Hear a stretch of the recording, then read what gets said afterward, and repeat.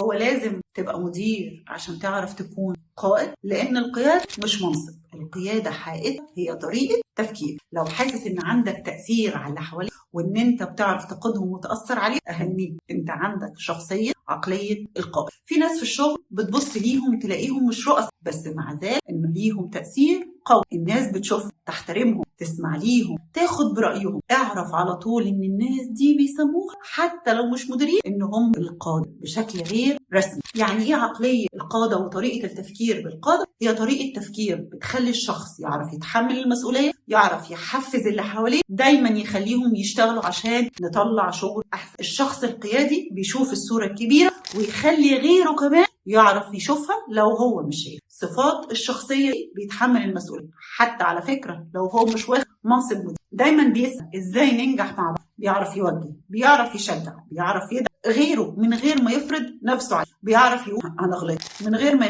لما يتكلم الناس تحترمه وتسمع. الشخص شخص بيحصل من الواقع ان لو حصل والشغل ان هو اتأخر بيجي يقول انا الشغل اتأخر، ويبتدي يقترح حلول ويقول ازاي ان احنا نحل التأخير ونرجع نرتب وهخلي التأخير ده ما يأثرش على الشغل. لو انت مدير وعندك عقلية القائد، خليه يشتغل على المشاريع القيادة، خليه دايما هو حلقة الوصل مع الناس، اديله مساحة يبقى يعبر ويأثر بجد. لو انت موظف وعندك عقلية القائد، خليك دايما قدوة في السلوكيات اللي ليها تأثير إيجابي في الشغل مش السلبي، زي الالتزام والسلوك. اسمع للناس، خد رأيك، اتعلم، حفز الناس مش تتحكم فيه. بلاش تبقى شخصية قائد وليك تأثير سلبي. طور من نفسك عشان تعرف توصل لمناصب.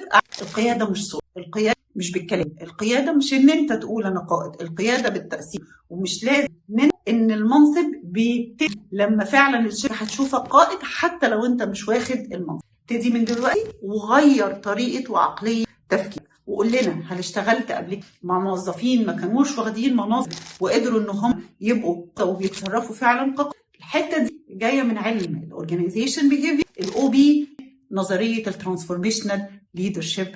صباح الفل، وان في علم موجود في الحياة وبيتطبق.